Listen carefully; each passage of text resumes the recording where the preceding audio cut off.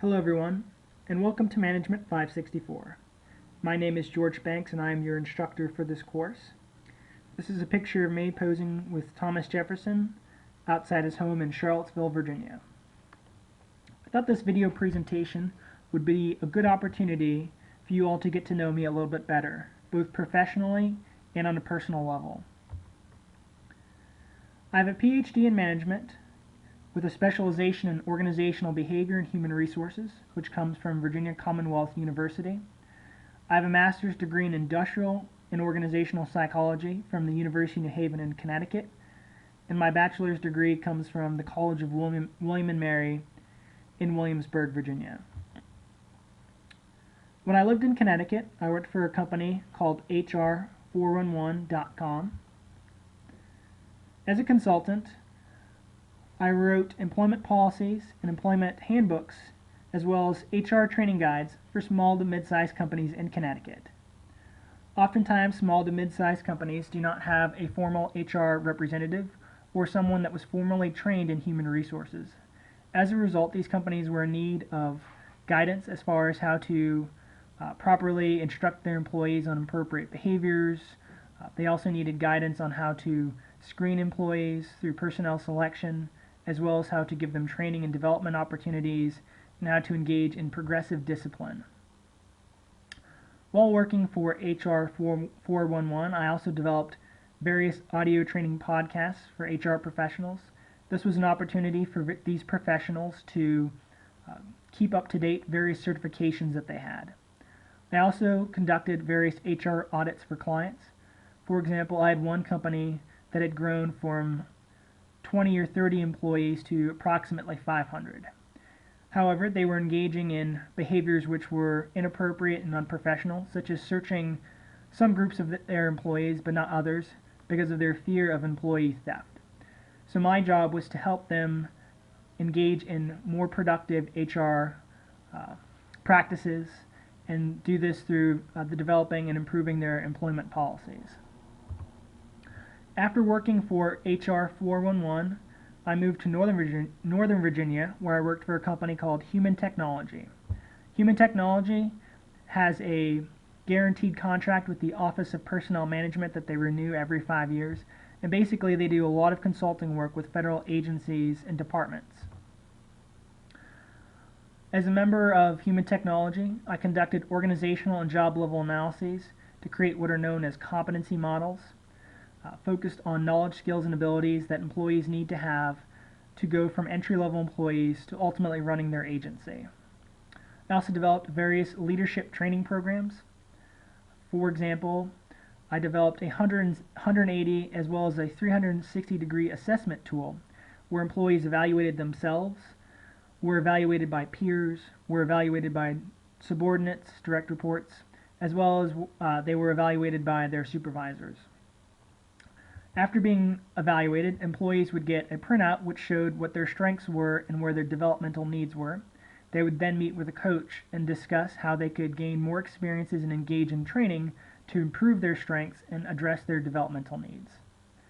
I also personally led various training sessions targeted at developing communication skills to improve conflict management, situational leadership, and team development. Some of my clients included the Missile Defense Agency, the Foreign Agriculture Service, the Forest Service, the Patent and Trade Office, and the National Geospatial Intelligence Agency. After working in Northern Virginia, I began to attend the PhD program at Virginia Commonwealth University. There I taught various classes and began to engage in research. I also worked with the VCU Da Vinci Center. This is a program where students from engineering, the arts, and business came together to work on projects that came from clients. Various corporate sponsors would spend anywhere from $30,000 to $40,000 to give students a project to work on. So for example, one of the projects was developing a surgical table that could be used in third world countries. So basically the engineering students worked to develop a table that was sturdy and could meet the various specifications that were required. The art students worked to make sure that the table was aesthetically pleasing and could meet various other needs. And the business students worked to develop marketing plans and ways to acquire the parts that were very affordable. I've taught various courses at Virginia Commonwealth University, the University of Richmond, and Longwood University. For example, I've taught courses in organizational behavior, human resources management. At the University of Richmond, I've taught research methods and statistics. At Longwood University, I taught business ethics. And at both VCU and Longwood, I've taught courses related to management skill development to help improve students' abilities to work in teams and to lead groups. I have various areas of research. For example, I specialize in human resources, and within that, I study personnel selection, so screening employees for jobs.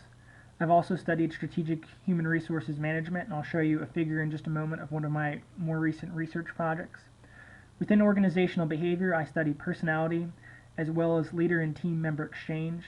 I'm very excited because I just found out this morning that a very good journal is going to ultimately, I believe, publish one of my papers which looks at leader and team member interactions within a workplace.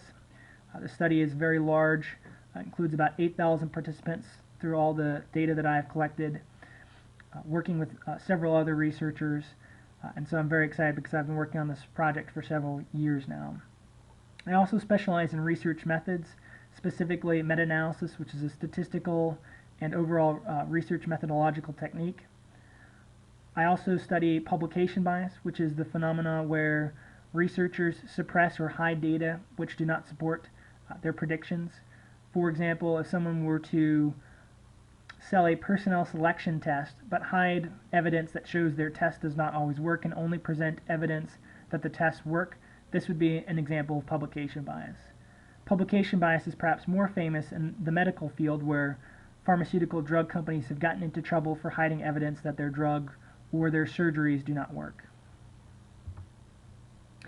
This is an example of a recent research project I conducted on strategic human resource management, which considered how various HRM activities could fit together, and ultimately, by affecting employees at the individual level of analysis and their behaviors, could ultimately affect firm performance.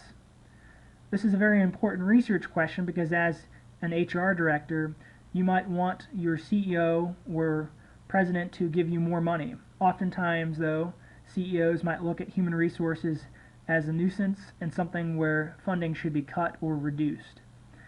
By studying how HRM activities can ultimately have a beneficial effect for a firm's bottom line, we can actually justify spending more money, investing more time and energy in human resources to ultimately improve employee performance and a firm's financial performance. A little bit more about myself on a personal level. My favorite team is the Washington Redskins.